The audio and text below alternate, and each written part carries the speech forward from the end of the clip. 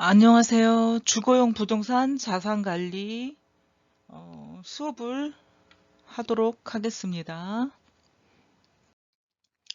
주거용 부동산 자산관리, 주거용 부동산 자산관리 의의와 현황을 한번 보도록 할게요.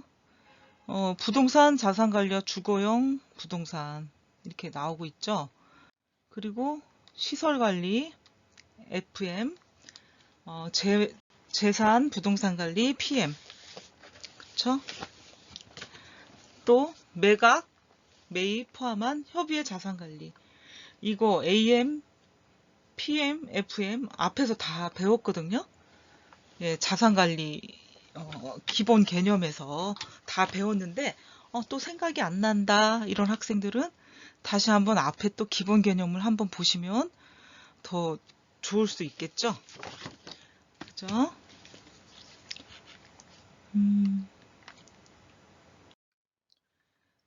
부동산 유형별 부동산 임대관리 방식을 한번 볼게요. 부동산 유형이 이제 소유주가 누구냐에 따라 뭐 임대주택이 되냐 안 되냐 뭐 이렇게 얘기가 나오는데, 부동산 유형 소유주 기관이나 기업이나 리츠나 펀드, 소유주에 따라서 기관이 소유하고 있냐 기업이 소유하고 있냐, 뭐 기업이나 아니면 투자기관에서 리츠나 펀드를 또 발행할 수가 있거든요. 그래서 상업용 오피스 빌딩에 한해서 지금 얘기를 하는 거이다 보니까 기관이나 기업들이 많겠죠. 투자회사나. 이 소유주, 이런 기관이나 소유주들은 대부분 개인 소유주고 일부 공급을 한다. 뭐 이렇게 얘기를 해요. 임대주택은, 상업용 오피스 빌딩은 기관이나 기업 리츠 펀드를 발행하는 곳이고, 임대주택 같은 경우는 대부분 개인 소유주고 일부 공급. 또 부동산 유형을 보면 규모가 있어요. 부동산의 규모. 기관, 기업들은 대형 건물 중심, 중소형도 포함하고요. 임대주택은 개인이다 보니까 개별 임대주택, 오피스텔, 다세대, 연립, 고시원들이 있어요. 그러니까 기관과 개인의 차이를 이렇게 지금 볼 수가 있는 거죠. 부동산 유형별 임대관리 방식이다 보니까. PM 주체는 누구냐? PM 주체는 외국계 및 국내 대형 법인이다. 그리고 임대주택 같은 경우는 중소업소 중심이고요. 중소규모 회사들이 많다. 중소규모 회사들이 많다. 그리고 업무 영역을 한번 볼게요. 업무 영역은 임차인 선정, 임대계약, 임대관리, 퇴거, 시설 관리 등을 하고요. 임대주택은 부분 역할 수행 중심을 한다. 부분 역할. 그 다음에 PM과의 관계를 한번 볼게요. PM은 뭐라고 했죠? 프로퍼티 매니저먼트라고 그랬죠. 그래서 재산을 관리하는 게 PM이다. 그쵸? 근데 이 기업, 기관들은 PM과의 관계가 어떠냐? 일반적으로 별도의 PM 회사와 계약을 하고 부분 수행의 경우가 있다. 부분적으로 이제 일을 주는 경우가 있죠. 임대주택은 개인이 많다 보니까 자체적으로 해결을 하고요. 일부 아웃소싱, 뭐 청소나 건물 관리를 해줄 수가 있는 거죠. 예, 그래서 대형 빌딩, 상업용이나 오피스 상가 빌딩이나 임대주택과의 비교를 해봤는데, 이런 대형 상업용 빌딩은 기관, 기업들이 소유를 하고 있고, 임대주택 같은 경우는 대부분 개인 소유다. 작은 규모다. 예, 그러다 보니까 규모도 작고 업무 영역도 부분적이고 좀 다른 부분들이 지금 표로 나타나서 여러분들이 볼 수가 있겠죠. 표로 여러분들이 볼 수가 있겠습니다. 국내 주택임대관리의 현황과 문제점이 있어요.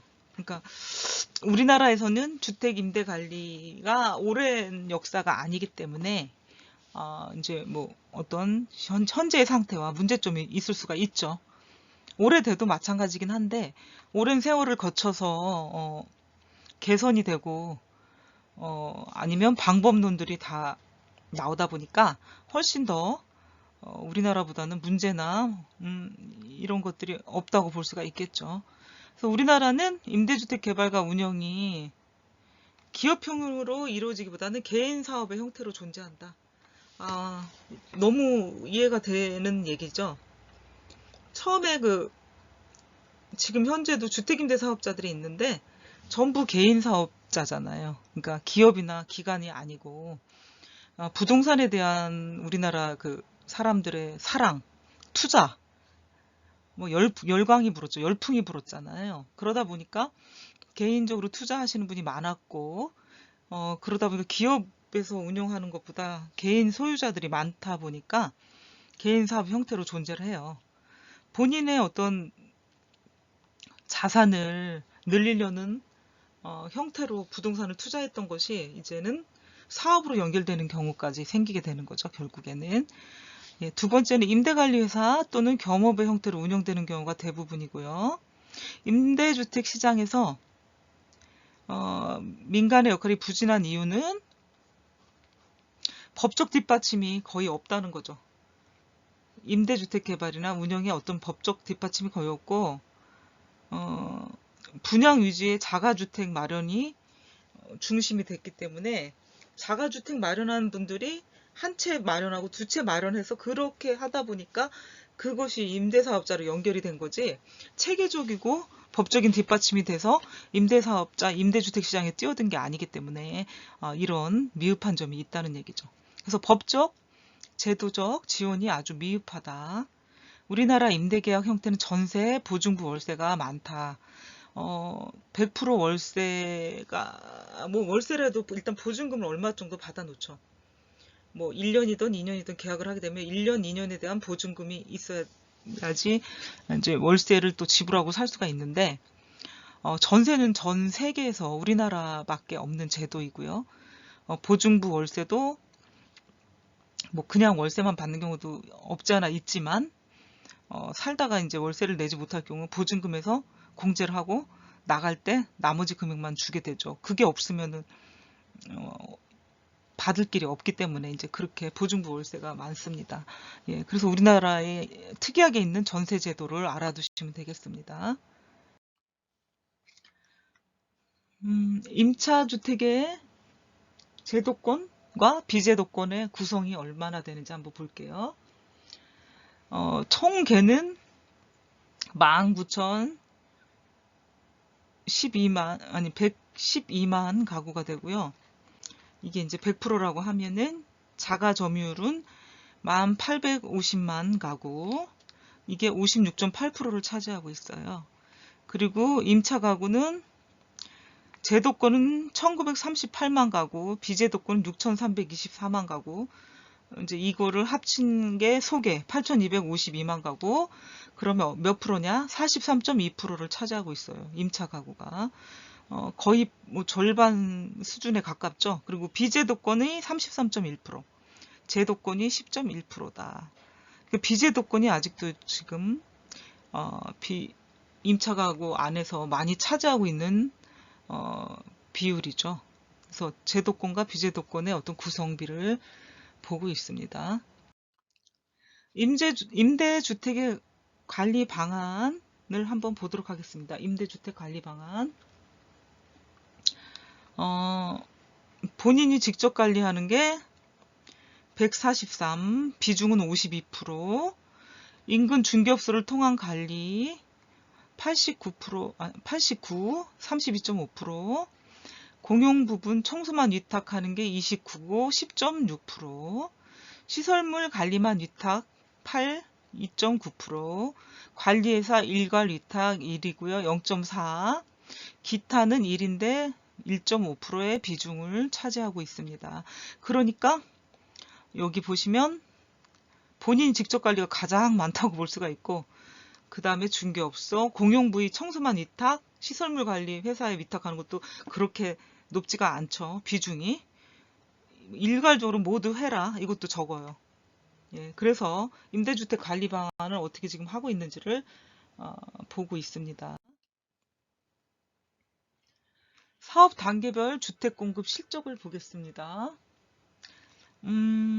인허가 2016년도에는 72만 6,048만 가구, 15년도에는 76만 5,328만 가구. 그래서 2015년 대비 2016년도에는 5.1%가 감소를 했죠. 감소인가? 늘어났죠. 늘어나게 됐고, 5년 평균 2011년에서 15년 사이에서는 57만 1,435만 가구, 5년 평균 대비는 27.1%가 됐다. 그리고 착공과 2015년에 착공, 2016년도에 착공 8.2%가 늘어났다. 그리고 5년 평균 51만 1,734, 28.6% 증감. 분양은 52만 5,467만 가구에서 46만 9,058가구, 10.7% 늘어나고 5년 평균 35만 418만 가구, 33.9%가 늘어났다. 그래서 준공의 어떤 준공하고 입주했을 때 전년 대비는 11.9% 증가, 5년 평균은 39만 8,175만 가구, 5년 평균 대비 29%가 증가를 했습니다.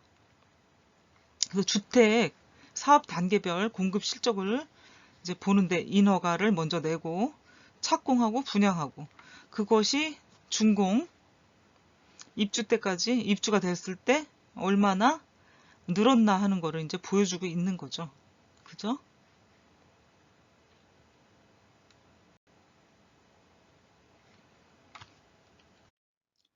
평균과 중위 매매 가격 간의 가격 차이가 있다. 평균 가격과 중간의 매매 가격과의 차이를 한번 볼게요. 2013년도 5월에는 48,889만 가구, 가격으로 치면 4억 88만 9천 원이다. 그리고 서울은 4억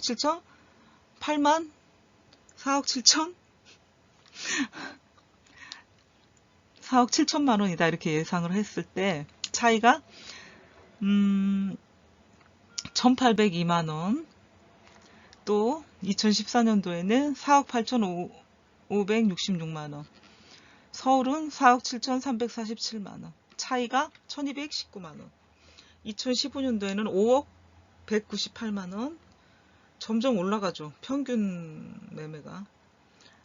2015년 5월에 그 중위 매매가 4억 9,460만 원 해서 738만 원 차이가 나고요. 여기 2016년도 5월은 5억 5,896만 원, 5억 4,683만 원, 1,213만 원 차이가 나고요. 2017년도에는 6억 708만 원, 중위 매매가 6억 635만 원에서 73만 원 차이밖에 안 나는 건데, 여러분들이 차이가 많이 2016년도에는 늘어났다가 다시 여기서는 급격하게 차이가 줄었죠. 예, 그래서 가격 차이를 여러분들이 볼 수가 있었습니다. 주택 수요를 볼게요. 월세 가격 증감률을 한번 보겠습니다. 지수 전월 대비 전년 동월비. 2015년도에서 17년도까지 나왔죠. 그래서 2017년 3, 4, 5, 6, 7 이렇게 나오고 연도별 누계 변동이 나오죠. 변동률이. 그래서 지수를 기준으로 했을 때 2015년 100을 기준으로 했을 때 2016년도 100점이 99.9. 월별은 동향을 볼 때 3월 100, 4월 100, 5월 100, 6월 100, 7월 99.9. 그래서 이제 대비했더니 0.03, 마이너스 0.03, 마이너스 0.03, 마이너스 0.01, 0.03, 0.04, 0.02, 0.03이 나왔어요. 2015년에서 2016년 대비를 했더니 0.14%, 마이너스 2017년도에는 마이너스 0.24, 2017년도 3월 마이너스 0.20, 4월 달에는 마이너스 0.23, 5월은 마이너스 0.26, 6월은 마이너스 0.25, 7월은 마이너스 0.24가 나왔죠. 그래서 2015년에서 2017년도 사이를 변동률을 비교해 봤더니 15년에서 16년도 사이에는 마이너스 0.09가 나왔고요. 2017년도에는 2016년도 대비 마이너스 0.16이 나왔습니다. 그래서 월세 가격 증감률을 이 표로 여러분들이 볼 수가 있었습니다. 그래서 임대를 목적으로 하는 주택에 대한 시설물 관리하고 임차료 징수, 이런 종합적인 서비스를 제공하는 주택임대관리법이 도입이 됐어요. 2013년도 8월 6일 날 공포가 됐죠. 그래서 내용을 이제 규정을 하고 도입이 되기 시작을 했는데, 주택법 하위법령의 위임사항을 규정하는 건데, 주택법 시행령 및 주택법 시행규칙 일부 개정안을 마련해가지고 2013년 9월 10일부터 40일간 9월 10일부터 10월 21일까지 입법을 예고했습니다. 그래서 주택법 개정안이 공포된 뒤에 6개월 후인 2014년 2월 7일에 본격적으로 주택임대관리업체의 등록을 실시를 했습니다. 그래서 우리나라에서도 주택임대관리업을 법적으로 이제 명문화 시켜서 할 수 있게끔 만들어 놓은 거죠.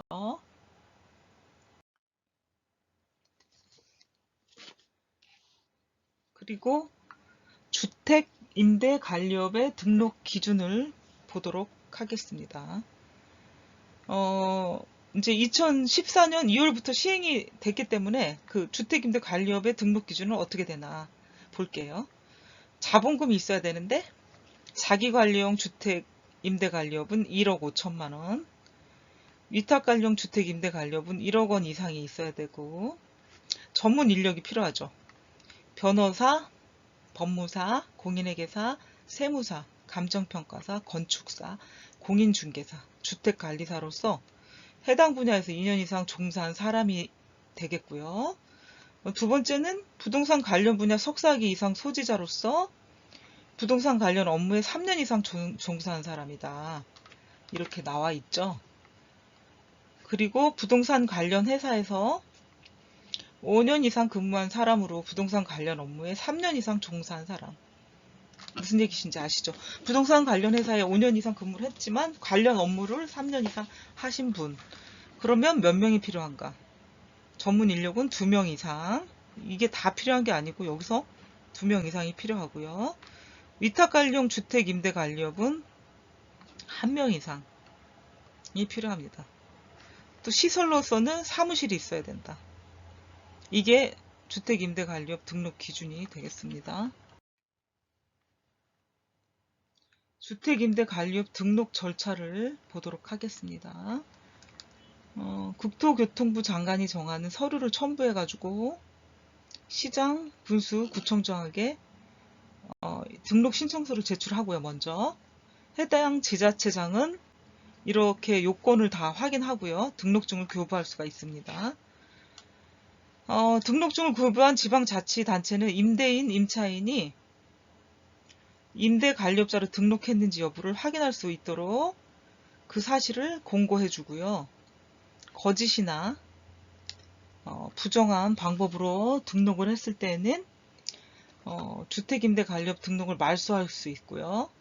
등록 이후 3년간 영업실적이 없는 경우는 임대인, 임차인에게 재산상의 손해를 입힌 경우와 마찬가지로 영업정지 처분을 할 수가 있어요. 그러니까 3년간 영업실적이 없거나 임대인, 임차인에게 손해를 입힌 경우, 재산상의 손해를 입힌 경우에는 영업정지 처분을 할 수 있다 하는 게 주택임대관리업을 내고 나서 요건들이에요. 그러니까 무조건 내기만 하면 되는 게 아니라 주택임대관리업을 내고 이런 요건들이 또 충족되지 않으면 영업정지 처분을 할 수 있다 하는 거를 지금 여러분들은 내용을 알 수가 있겠죠.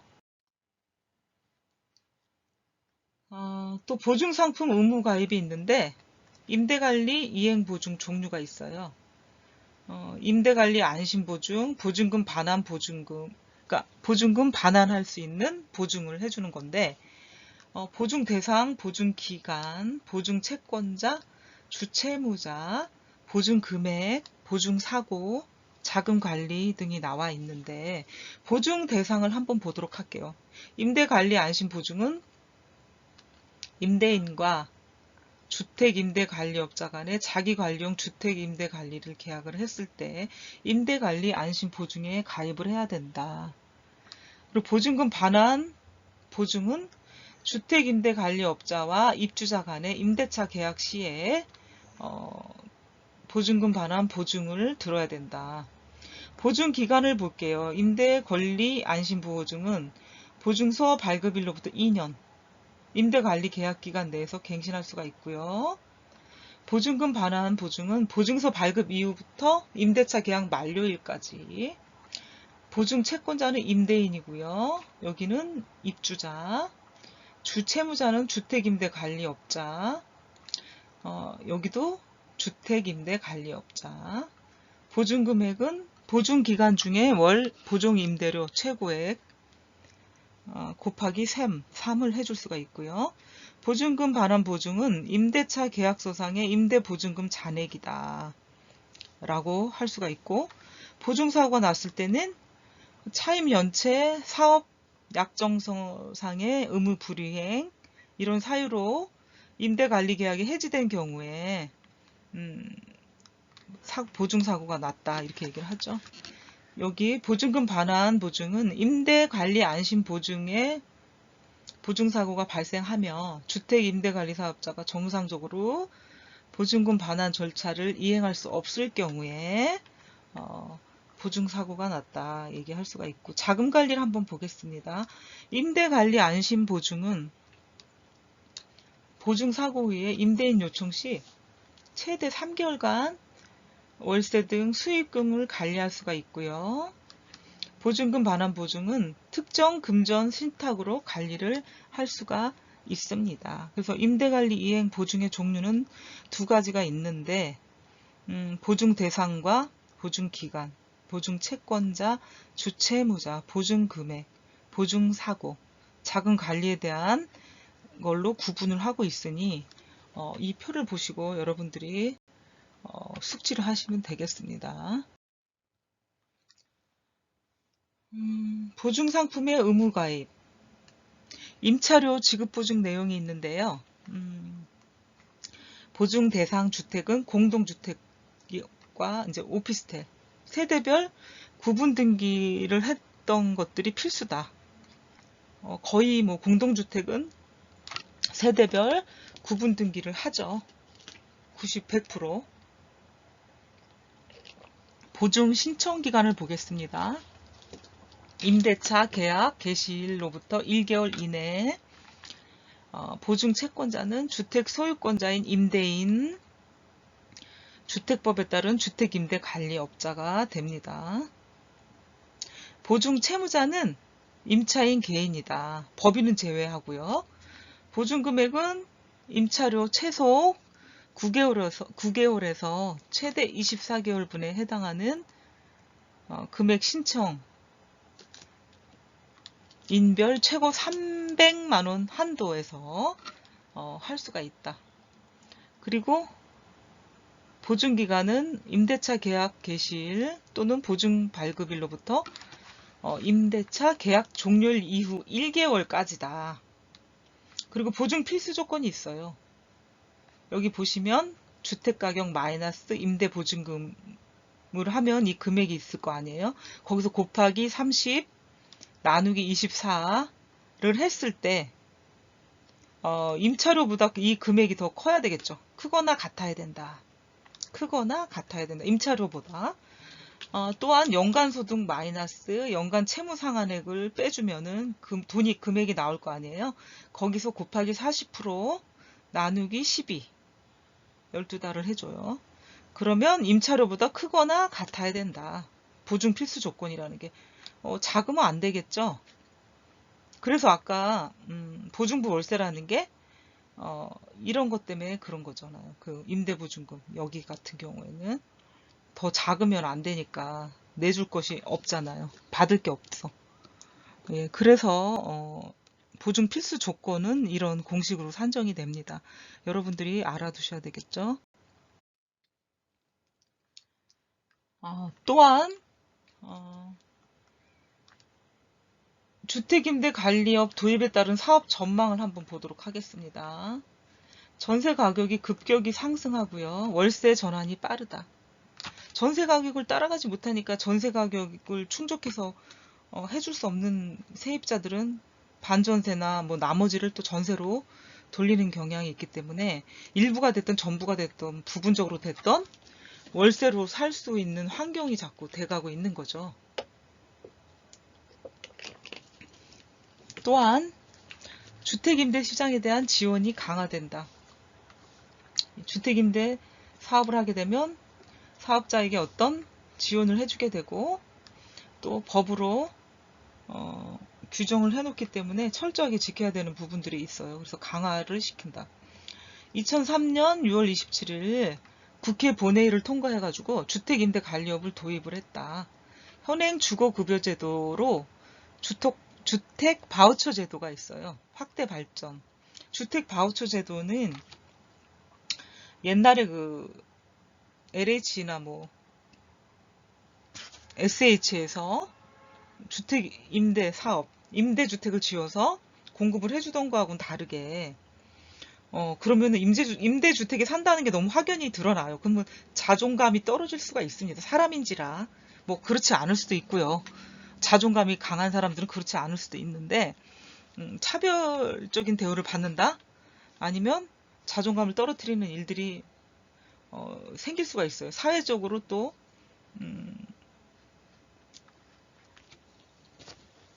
사회적으로도 뭔가 양분화시키는 느낌이 들기도 하기 때문에 이 그 임대주택 제도가 참 좋은 것인데 가시적으로 눈에 보이는 주택으로 만들어서 주다 보니까 이런 차별적인 행동들을 하는 진짜 입주자들도 있었거든요. 예, 그래서 주택 바우처 제도라는 게 나왔는데 선진국에서 먼저 했던 거죠. 그러니까 주택 바우처 제도라는 거는 말 그대로 우리한테 쿠폰을 주는 거죠. 쿠폰을 주게 되면 굳이 임대주택에 들어가 살지 않아도 자기가 살던 곳, 살던 지역, 뭐 여러 사람들과 같이 어울려 살던 지역이 편리하고 좋기 때문에 잘 떠나려고 하지 않아요. 이사하려고 하지 않죠. 예, 그러니까 그 주택 바우처 제도를 다른 곳으로 이사 갈 때 그 돈을 합쳐서 옮기게끔 만들어준 제도가 주택 바우처 제도라고 할 수가 있겠죠. 본인이 가고 싶은 곳으로 갈 수 있는 거죠. 돈이 모자라면 더 보탠다던가 아니면 뭐 물론 잘 살지 못하니까 이렇게 혜택을 주는 부분도 있겠지만 그 사람들이 원하는 곳으로 갈 수 있는 장점이 있다는 거죠. 일단은 신축하는 월세형 주택 투자자들에 대한 중개 임대관리 서비스 시장이 이렇게 형성이 될 가능성이 더욱 높아졌고요. 1인 가구 중심 소형 임대관리 서비스에 대한 수요가 높아지고 있어요. 높을 수도 있고요. 근데 점점 높아지고 있죠, 사실은. 가구 분화가 일어나면서 가구가 더 늘어났거든요, 세대가. 예, 그렇다 보니까 혼자 사는 세대가 늘다 보니까 수요가 높아질 수가 있어요, 충분히. 임대사업자들의 기대 수익률에 대한 현실적 괴리를 어떻게 설득하고 사업화할 것인지를 고민하고 있다.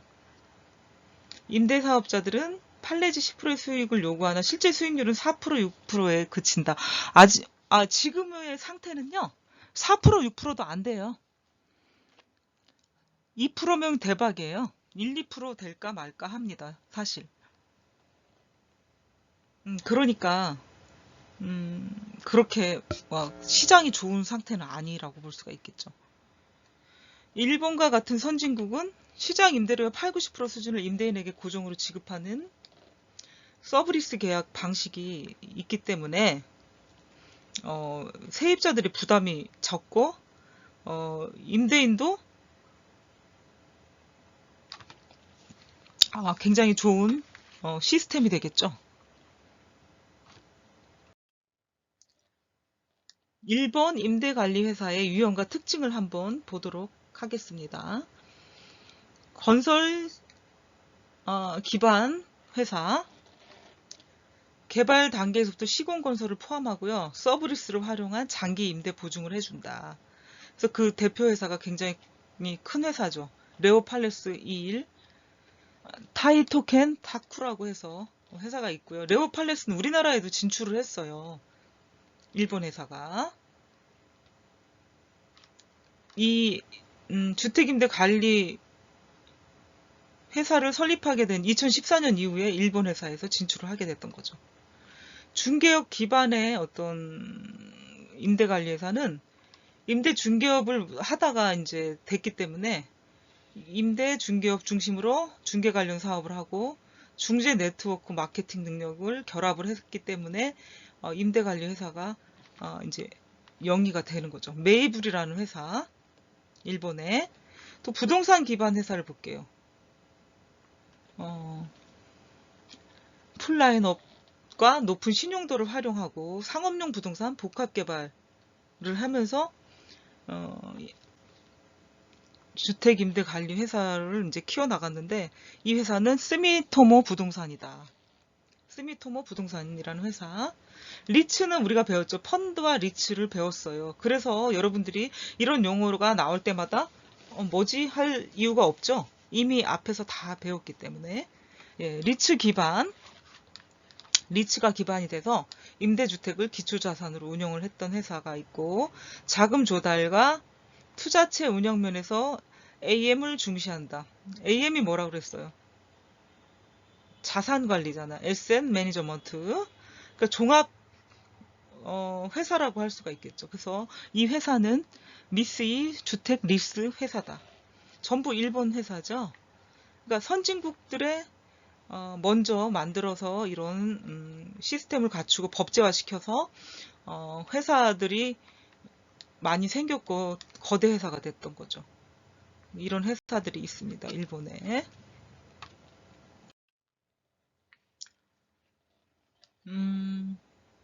또 이 주택임대관리업에 따른 사업 전망 중에 목돈 안 드는 전세제도, 보유주택 지분 매각 제도가 있고 20만 행복주택 프로젝트와 함께 MB정부죠. 이명박 정부 시대잖아요. 추진하던 보금자리 주택이 민간주택에 비해 2, 4배 정도 저렴한 공공임대주택이죠. 그래서 이 일반 주택임대 관리업자들은 이런 싼 공공임대주택 때문에 경쟁에서 좀 처질 수도 있고 경쟁자가 되는 거죠. 결국에는 이 공공임대주택 사업을 하는 정부가. 문재인 정부 들어서 매년 17만 호의 공공임대주택을 공급한다고 발표하고 있었고요. 서울시 영구 임대주택의 수명은 평균 20년, 공공임대주택의 평균은 16년이 경과가 됐다. 그 다음 강서구와 노원구는 전체 임대주택의 20% 이상이 집중되어 있다. 강서구와 노원구에. 지역 편중도가 조금 있을 수가 있어요. 공공에서 택지를 구입을 해서 공공 임대아파트를 보급을 해야 되다 보니까 택지비가 비싼 곳을 선호하지 않겠죠. 아무리 정부에서 혜택을 주려고 해도 비용이 발생이 많이 되니까 결국 국민의 세금으로 다 하는 거잖아요. 그러다 보니까 강서구 노원구에 편중이 돼 있는 게 이때 이제 임대주택을 지을 시기 뭐 20년 전, 30년 전만 해도 조금 지금보다는 지가가 훨씬 쌌던 거죠.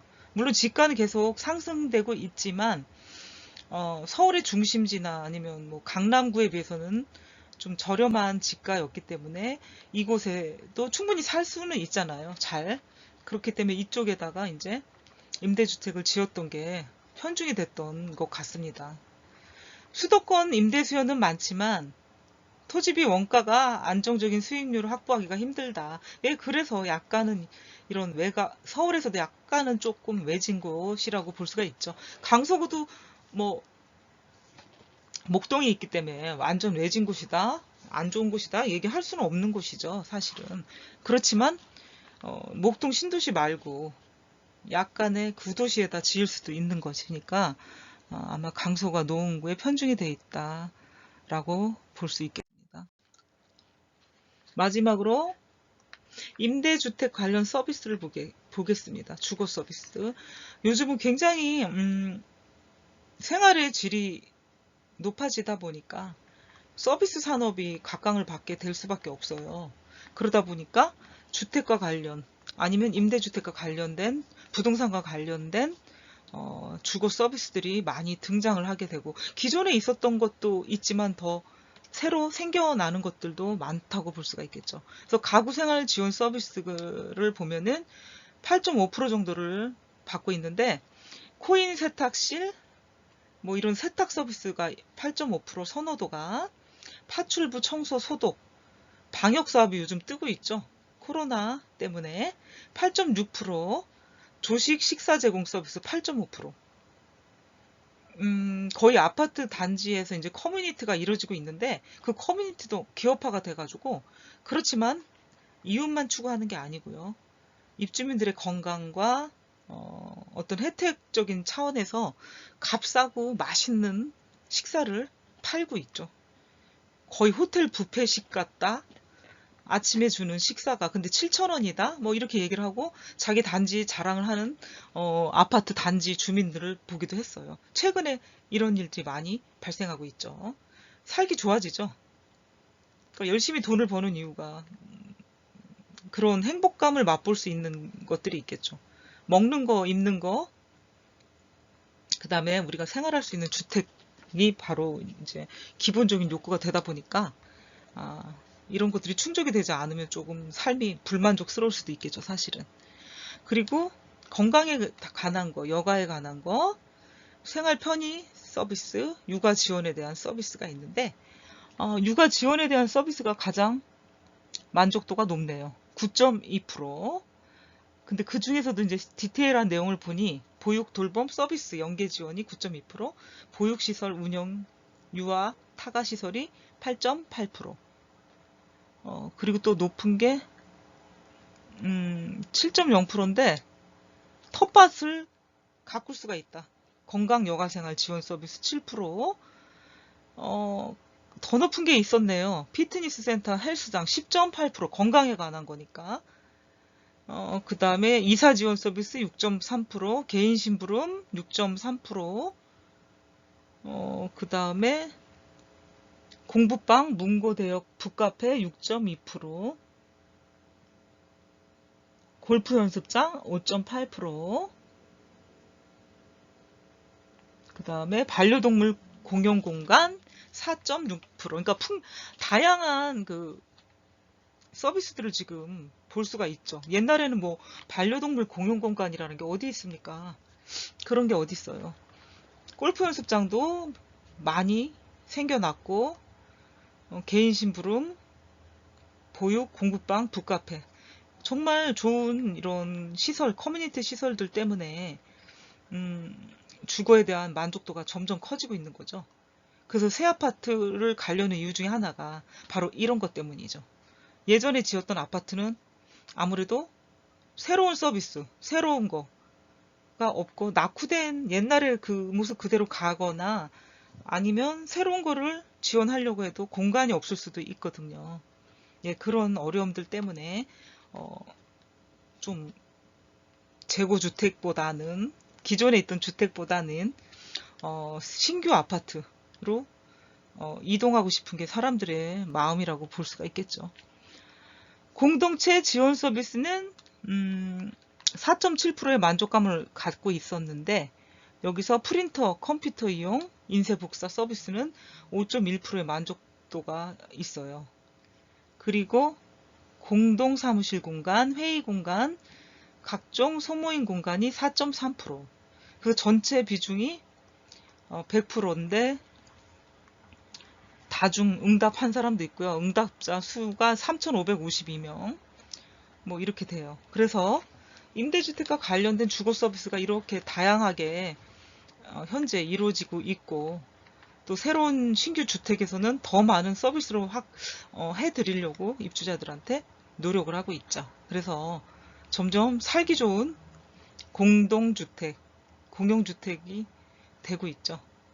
네, 그래서 주거용 부동산 자산관리 전반부 5-1은 여기까지 마치도록 하겠습니다.